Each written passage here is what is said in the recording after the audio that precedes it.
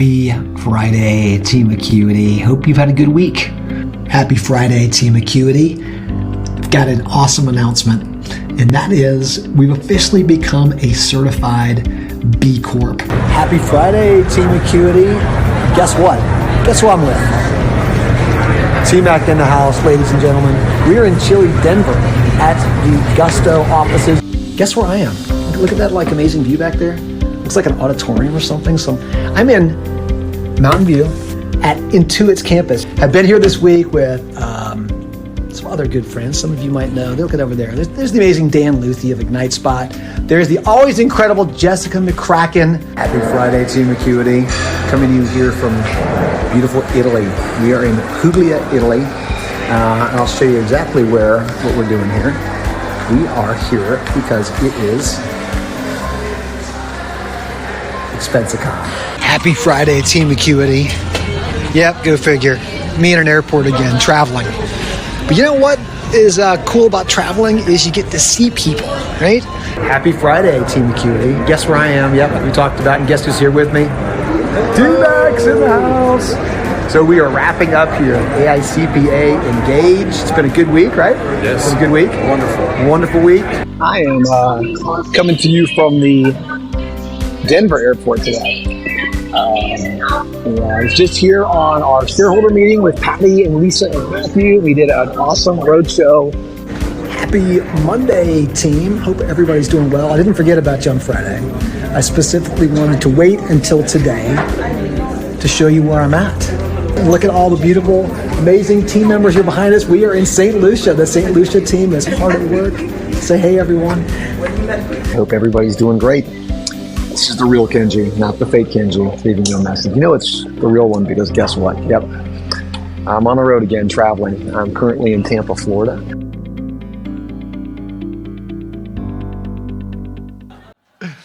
I do thank you all for traveling here and getting me off the road a bit. Actually, where are we right now? Are we in? I seldom know what time zone we're in. Well, awesome day, and it's about to get a little bit better before we go and have some fun and drinks. Acuity's history with Intuit has been kind of interesting. We've been strong users of Intuit tools for many, many years. However, I'll say that for quite a number of our years, we just didn't really know too many folks there. I think I felt a little slighted. I'm like, why don't they know us at Acuity as well? Why aren't they falling all over themselves? And you kind of forget, well, let's see. Oh, I don't know. They've got 18,000 employees, $135 billion in market cap. They're kind of big. What is there, like 80,000 accounting firms in the US? They got a lot of folks to look after. So, me feeling a little slighted was probably, again, my own ego being hurt a bit. However, as you've all noticed, things have really changed with our relationship with Intuit, especially in the past year. And I would say, you think about the things we're doing, we've been working with them on multiple beta projects. We know so many team members there now.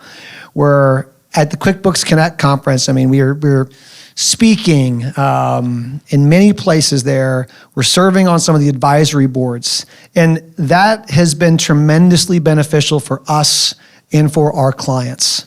And I really attribute all of that to this person who's coming up next. Jessica McCracken, we got to know each other when she took a little bit of a break from Intuit, and then she came back. But she was very intentional in building relationships. And so what she did is exactly what we're trying to do here at AcuityCon, right?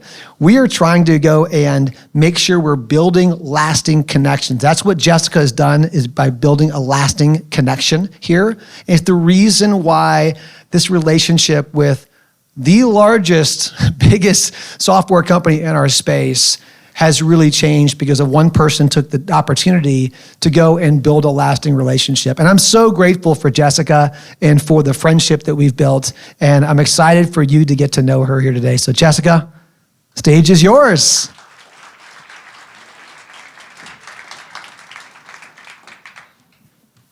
With charm like that, how could I not want to build a relationship? I couldn't start today with anything other than gratitude. You all have opened your doors physically today, virtually through the teams you're working with, in person with counsel, and for those of you who are going to run a little bit ragged at QuickBooks Connect, working with our teams. I had so much fun watching the energy last night as you guys connected, and I feel like maybe you should have had bingo cards for, this is the first time I met this person in person. The joy and camaraderie that you guys have shown in the last 24 hours that I've been here will keep my cup full for the next several weeks. For those of you who I am meeting for the first time, not the last, a little bit about me. I am an avid West Coaster. I have bounced around the West Coast my entire life. Big fan, can't quite stay making it east. I think food is central to everything we do, our cultural connections, how we bond, how we get to know each other. I think if everybody traveled more, the world would feel both bigger and smaller as we understand connections a little bit. And I love bringing people together. So when I think about that special spark that I've spent my career looking for, what is that magic that makes teams work? I think it's authenticity. But what is authenticity? When you Google it, it says the quality of being authentic. It's not the most helpful description I've ever read. But to put it simply, authenticity is being you. It's being true to yourself, to your values, what you want to wake up and do every day, and living aligned to what you believe in. But how does that start? It starts with you. Research varies, but where scientists do agree is that you make your first impression of somebody in 1/10 of a second to 7 seconds. Regardless of which of those numbers are right, that's not enough time to give an elevator pitch, to hand someone your resume, or to tell them your full life story. But what if we took a few minutes to take a step back and say, hey, what is that assumption that I'm making? It doesn't have to be long. It can happen in less than 30 seconds. And I know the room I'm in, so to put that into context, that's less time than it takes to code an expense in QuickBooks Online. Taking that time for self-reflection without a format isn't easy. Through practice, you can find and discard a dozen different ways to do that. But today, I'm going to give you just one that I really like. This is one of my favorite methods, and I don't know if it's because Toyota originally created it, because Intuit uses it a lot, or because I was that person in class that couldn't focus on what I was doing because I wanted to know why. So we just ask why quite a few times. This is a classic example of what they call the 5 whys. There was a problem. The national monument was deteriorating year over year. And we didn't know why, and because we didn't know why, we didn't know how to fix it. So we asked, why is the national monument deteriorating? Well, we're power cleaning it with some really heavy chemicals every week. But why are we using so many heavy chemicals? Well, birds hang out around it a lot, and you know what happens when they're there. But why are the birds there? Well, birds love spiders. Delicious. Why are spiders there then? Well, because when we turn the lights on right before dusk, the insects, they fly to the monument and they congregate. There's a really easy fix here. Turn the lights on 20 minutes later. But when you keep asking why, you can find that root cause. But asking why really starts with curiosity. And I think that's where leadership begins as well. Curiosity is the start of almost everything we learn. It's most of our achievements as mankind. It had us on ships, finding undiscovered lands.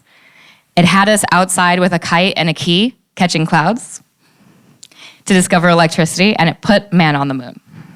Curiosity has also told us that there's many ways to find something. I've spent all of my career in fintech, and as Kenji said, part of that was at a startup. The thing about startups is you're navigating new territory almost every day.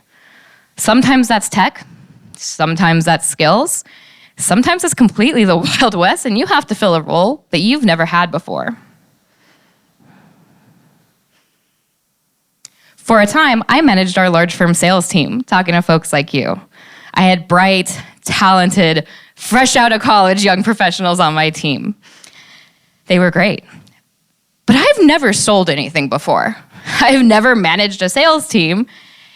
I don't know what that process is, but it can't be that hard, right? After a conference, AICPA Engage, I was there with some of you. The ladies came and they talked about the leads, what they were doing, what they were following up on. They gave me the numbers, everything they were taking action on, and those that they weren't. I always want those numbers to line up. Probably a trait I share with a lot of you. My first reaction is that we dropped something. Why didn't we do this? But instead of reacting, I took that pause. I took that 30 seconds. And I said, walk me through how you got here. What are we doing? What's the example? And you know what? She was right. I don't have sales craft. If I had come down and said, hey, you didn't do the right thing here, she would have been unhappy, I would have been unhappy, would have affected performance, would have affected morale, and we both would have left that conversation in a place that was just worse for us. Instead, she left confident that she took the right actions, that she had my trust, and we had a future plan to lead any event from there on. Differences in perspective, in background, different views, curiosity to understand each other, they're important not just because the way we get along or the way we do things, but the impact to the business. Teams who don't know each other, who come from diverse backgrounds, who haven't gotten comfortable, make better decisions 87% of the time because they ask, because they understand. They don't make assumptions that we're moving the right way. 36% of those have a likelihood of financial outperformance, and they average 2.5% higher cash flow per employee. Beyond that, when a team is not just diverse but inclusive, they are 35% more effective.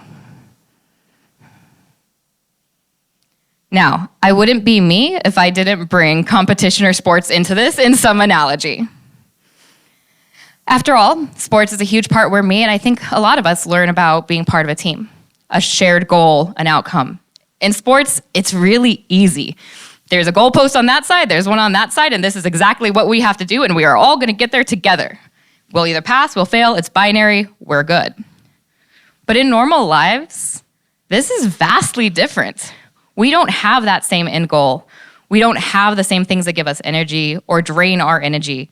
And to be inclusive, you have to honor not only who someone is authentically, but where they want to go and who they want to be. It's removing judgment. It's removing those barriers that stop us with expectations. Early in my career, I heard over and over, don't focus on strategy, or focus on strategy. Don't focus on tactics. Don't focus on logistics. Be strategy. I think that's worked out for me a little bit. It's in my title. But beyond the hand-wavy pieces, it takes everything else. One of my favorite parts of my role is running our partner council. We brought 20 accountants to our headquarters to represent 800,000 of their peers around the world. No pressure, Lisa. They dive in with our teams. They spend about 7 a.m. to 9 p.m. in conversations with us, be they at a table or over dinner. They build solutions that you guys use every day, and so do the millions of small businesses on our platform. I have plenty of fancy slides that I can use to tell you about this, that I use internally all the time. But if that's all we had, that doesn't bring us into a room. It doesn't bring us from around the world. It doesn't make sure people are fed. Logistics do that. The people who are on our team who are in charge of AV and sound and mics and lights and stadiums, those are the people who make it happen. There's 1,000 moving pieces to an event. Last night I got to meet your Kelly, and it reminded me of my own Kelly.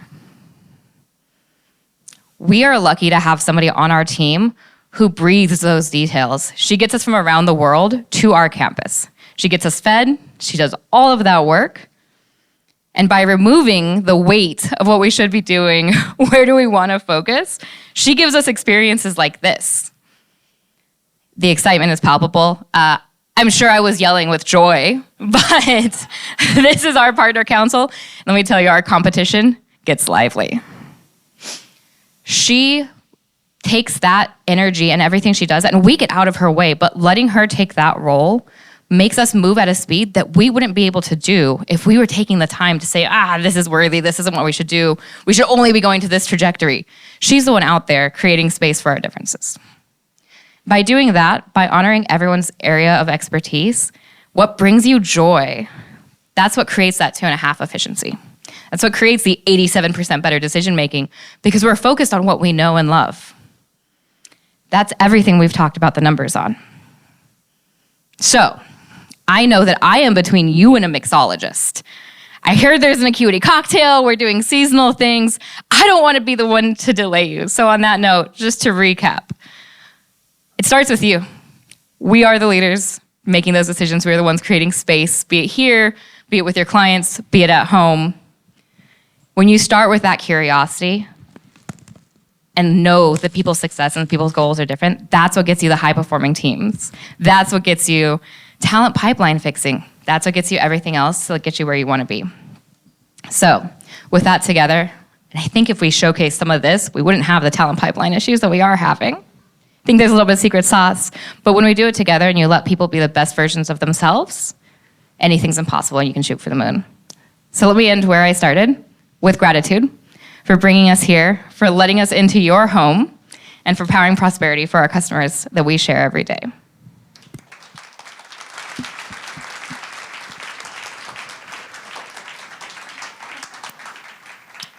Can you see why I love this human being? She's fantastic. She is fantastic. And the other thing I want to mention too is I was, again, I kind of teased a little bit at the front about this, about our relationship with Intuit. And it's easy to take a look at the dominant player in the space and see them as this nameless, faceless entity that could crush everybody else in the industry. But what I was really struck by when I had the opportunity to visit the Mountain View campus, and we saw in one of the videos when I was there, were the many, many wonderful faces of individuals, those who were working hard, those who all had stories about why they were at Intuit, why they were powering prosperity, why their families had come up in small businesses. And it was amazing to get a chance to see that. And Jessica, I cannot be more privileged and thankful that you again took the time to build that relationship with us and allow that to happen for me and for Lisa very specifically, but for us all at Acuity. So we do have a little token of appreciation for you. Next time you're crafting or having a cold beverage, you can remember us. There's a night, it's a very Acuity style thing. And also too, thank you too for also helping us donate to Josh's fund, Memorial Fund there too. So thanks again. Please give it up again for Jessica. Okay, quick logistics. Quick logistics here. It's time to go have some fun. All right, we're gonna go have a little bit of fun. Oh, Matthew wants to come up too and talk about the mixologist, probably, right? Are you ready for? We can talk about mixology if you want. Okay. Is that where you're coming up? You just wanted to stay. I was just throwing you off. Oh, I figured. Go figured. So we're going to be doing that next. The mixologist here over across the way in the community center coming up next, right, Kelly? Kelly says yes. What's that? At 10 till. So 5 more minutes so we can mill around, but that's okay. We have a little video coming up here in just a minute. After that, we'll head up to the rooftop for some good barbecue, some libations. I think it was looking nice out there. I don't know what the temperature was. It was probably, Kelly says very nice. Oh, what a awesome Atlanta sunset evening we can enjoy up there. But again, wonderful, wonderful first day. Thank you everyone for being here. Matthew, any kind of parting words before we hit the final video? No, just wanted to kind of introduce, while you can hear me, what the mixologist. So mixologist is a friend of mine. His name's Clay Kirkland. He's done mixology for one of our clients before. So Bear Lake Coffee had him at their intro thing. He did an espresso martini for them. That was pretty awesome. We had that choice. We were like, ooh, how do we not do the espresso martini? He's like, because we could do a fall cocktail. So we thought in Atlanta, we're going to do a fall cocktail. So he'll be introducing that to you shortly in just a second. So he needs about 5 more minutes to get ready, but then we'll be across the hall in the community center, and then we'll guide you from there, and there will be lots of fun things today. Perfect. One quick question for you, Kelly. Sometimes this comes up here. Should we make sure all things we take with us out of this room, or can we leave some things for a bit? What would be your...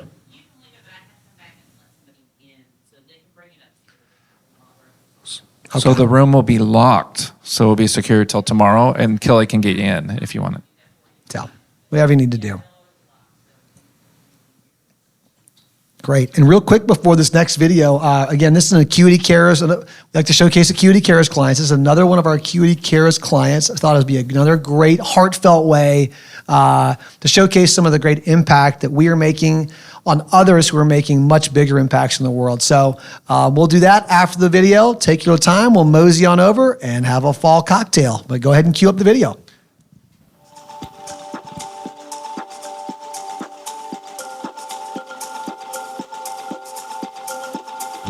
Hi, my name is Ernest Holmes, president and co-founder of Codehouse. Codehouse is a 501c3 nonprofit focused on exposing students of color to the tech industry.